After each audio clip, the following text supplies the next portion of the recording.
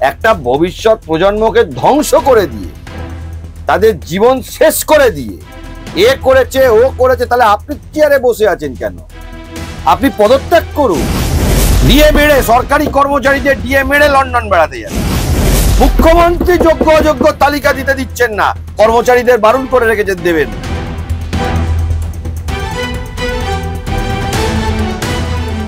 বিক্রম দা, আপনাদের মাধ্যমে স্বাগত। নমস্কার। আমরা দেখলাম মুখ্যমন্ত্রী বলছেন যে যোগ্য অযোগ্য লিস্ট নিয়ে আপনারা কি করবেন ওটা আমরা বুঝবো। এতদিন পর পাবলিকের চাপে মুখ্যমন্ত্রী এই কথাটা বলছেন, তার মানে কলকাতা হাইকোর্টের 242 নম্বর প্যারাগ্রাফে স্কুল সার্ভিস কমিশন বলছে পসিবিলিটিস অফ ফার্দার ইলিগ্যালিটিস। 265 নম্বর প্যারাগ্রাফে কলকাতা হাইকোর্টের জাজমেন্টে বলছে number of illegalities cannot be determined in exactitude. এবং সুপ্রিম কোর্ট বলছে 42 নম্বর প্যারাগ্রাফে যোগ্য অযোগ্যদের কভার আপ করা হয়েছে, গুলিয়ে দেওয়ার চেষ্টা হয়েছে। সেই গোলাতে গোলাতে এমন জায়গায় পৌঁছে গেছে বোঝা যাচ্ছে না।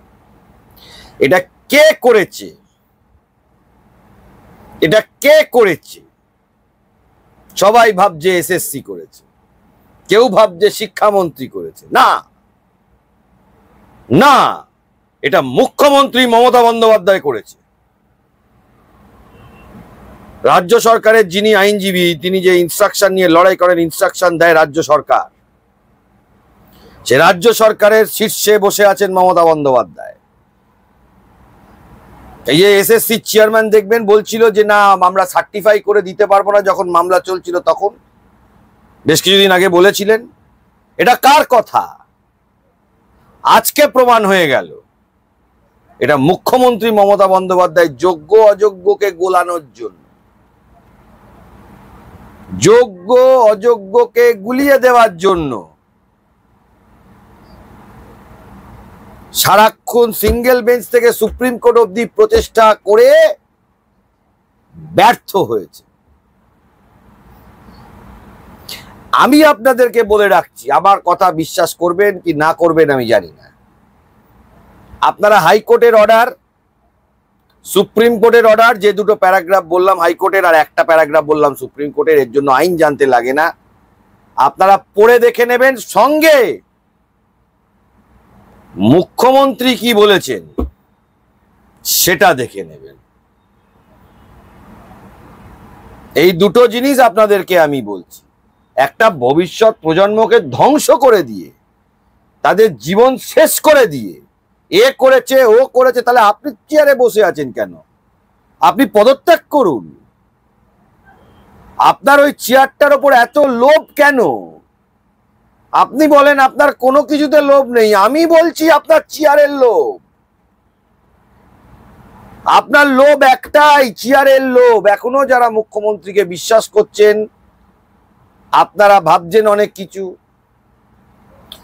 এর পরবর্তী পদক্ষেপটা যে ভয়ঙ্কর হবে, এখনো অবধি যারা আন্দোলন করছেন বা যারা বিভিন্ন কাজের সাথে যুক্ত বা যারা টার্মিনেশন হয়ে গেছেন, যোগ্য প্রার্থী, সমাজে শিক্ষক, উচ্চ সম্মানিত শিক্ষক, এর পরের ভয়ঙ্কর পরিণতিটা এখনো কেউ বুঝতে পারছে না। কিন্তু মুখ্যমন্ত্রীকে তো দেখলাম বলছে আমরা চাকরি দেব, ওরা চাকরি খাবে। আপনি যোগ্যদের লিস্টটা সুপ্রিম কোর্ট অব্দি দেননি কেন? সেটা তো আপনি প্রমাণ করে দিলেন বলে যে যোগ্য অযোগ্য নিয়ে ভাবতে হবে না। তার মানে আপনি অযোগ্যদের নিয়ে কাজ করতে চাইছেন, আবার সেই অযোগ্যকে গুলিয়ে দিতে চাইছেন। তার জন্য যদি পুরো ভবিষ্যৎ প্রজন্ম চলে যায়, চলে যাক, টাকাটা তো উঠবে, মন্ত্রীরা তো নোট তো গুনবে, সেই টাকা লোককে ভোটে বিলিয়ে আমার গদিটা তো থাকবে। উনি ওনার গদি ছাড়া, আমি আবারও বলছি গদি ছাড়া উনি কিচ্ছু চেনেন না। উনি নিজেকেও ভালোবাসেন না, গদিকে এত ভালোবাসেন।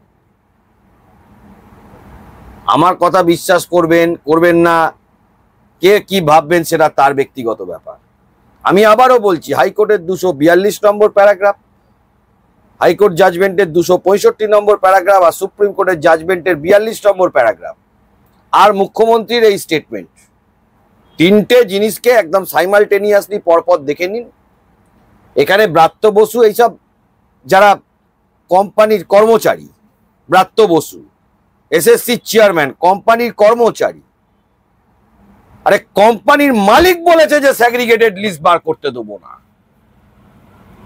আর আমি বলছি একদিন হোক, দুদিন হোক, 3 দিন হোক, 4 দিন হোক, আমি চ্যালেঞ্জ দিয়ে বলে যাচ্ছি 22 লাখ ওএমআর পাবলিশ করিয়ে ছাড়বো।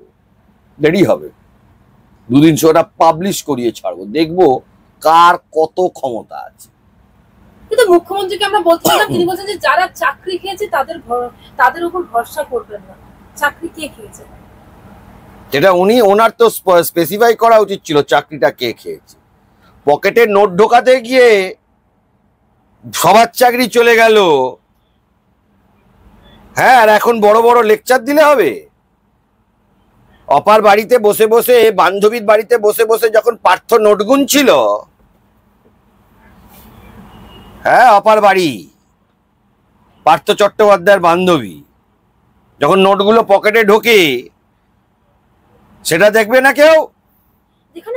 হ্যাঁ, বেড়াতে যাচ্ছেন লন্ডনে, কার পয়সায় বেড়াতে যাচ্ছেন লন্ডনে? পাবলিকের পয়সায় বেড়াতে যাচ্ছেন লন্ডনে। ডিএ মেরে, সরকারি কর্মচারীদের ডিএ মেরে লন্ডন বেড়াতে যাচ্ছে। 45,000 কোটি টাকা ডিএ ওদের বাকি আছে বছরে, প্রত্যেক বছর পেত। এই যারা কাজ করছেন সরকারি কর্মচারী, 30, 40, 50, 60, 70, 80,000 টাকা মাইনে পশ্চিমবাংলাতে কম পাচ্ছেন। পুলিশ, যে পুলিশ লাথি মারছে, শিক্ষকদের লাথি মারছে যে পুলিশ, মাসে 30 থেকে 40,000 টাকা থেকে 70 থেকে 80,000 টাকা মাইনে কম পায় পুলিশ অন্য রাজ্যের তুলনায়। সেই পুলিশ লাথি মারছে। ওই লাথি মারা পুলিশটা কত বড় দালাল, তৃণমূলের দালাল ওই লাথি মারা পুলিশটা। ওর ছবি রেখে দিয়েছি আমরা, ছেড়ে দেবো নাকি? গতকাল মেদিনীপুরের প্রশাসনিক বৈঠকে মুখ্যমন্ত্রী আরো বলেছেন যে কলকাতায় থাকলে কাল 1 সেকেন্ডে মিটিয়ে দিতাম। কিভাবে মেটাতেন, কি করতেন? ওই ডায়লগ বাজিটা না ডায়লগ বাজির জায়গায় হয়, ডায়লগ বাজিটা ডায়লগ বাজির জায়গায় হয়। আর কিছু প্রবাদ বাক্য, সে সিনেমার ডায়লগ হোক আর যেখানকার ডায়লগ হোক, হ্যাঁ সেটা কিন্তু বাস্তবে পাবলিকের মার কেওড়া তলা পাড়া, আমার ডায়লগ না। পাবলিকের চাপে আজকে বলছে আপনাদের যোগ্য অযোগ্য লিস্ট নিয়ে কেন ভাবতে হবে। বলে তো শিক্ষামন্ত্রী, তার হলেও তো একই রকম শব্দ, তিনিও বলছেন কোন তালিকা। এই দেখুন, কর্মচারীর কথা আমি বলতে পারবো না। শিক্ষামন্ত্রীর একটা কর্মচারী, এসএসসি চেয়ারম্যান একটা কর্মচারী, ও যাত্রা পার্টির লোক। শিক্ষা জগৎ নিয়ে ওর মন্তব্য করা উচিত না, আইন জগৎ নিয়ে ওর মন্তব্য করা উচিত না। কর্মচারীর কথা আমি বলবো না। যেখানে কোম্পানির মালিক বলছে যে যোগ্য অযোগ্য লিস্ট দেবো না, সেখানে আমি কর্মচারীর কথা বলবো? হাওয়াই চটি চাটা আর পালিশ করে দেওয়া কর্মচারীর কথা বলবো? ব্রাত্যটা তো কর্মচারী। ও কিছুদিন পরে তো ও কি করেছে সেগুলো আমরা বার করবো প্রয়োজন। কর্মচারীর ব্যাপারে আমি কোনো মন্তব্য করবো না। না, উনি তো আরেকটি ব্যাপারে প্রেস কনফারেন্স করে শিক্ষামন্ত্রী বলছেন যে আমরা না হয় এই কেসটা সুপ্রিম কোর্টে হেরেছি, জিতলো কারা, এই প্রশ্নের উত্তর আপনারা যদি দিতে পারেন ভালো হয়। উনি তো শিক্ষামন্ত্রী, উনি জানেন না কে জিতলো বা কে হারলো? এই কেসে সরকার হারেনি।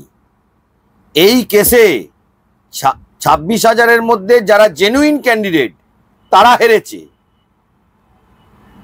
ওই কর্মচারী জালিয়াত পার্টি, ওই কর্মচারীদের কথার আমি উত্তর দেবো না। ও কি হারার? ওরা তো নোট গুনে বেরিয়ে চলে যাবে। ও হেরেছে আমার কথা বলছে? হেরেছে কারা? যারা জেনুইন শিক্ষক, যোগ্যতার সাথে এসেছেন, তারা হেরেছে। কার দায়?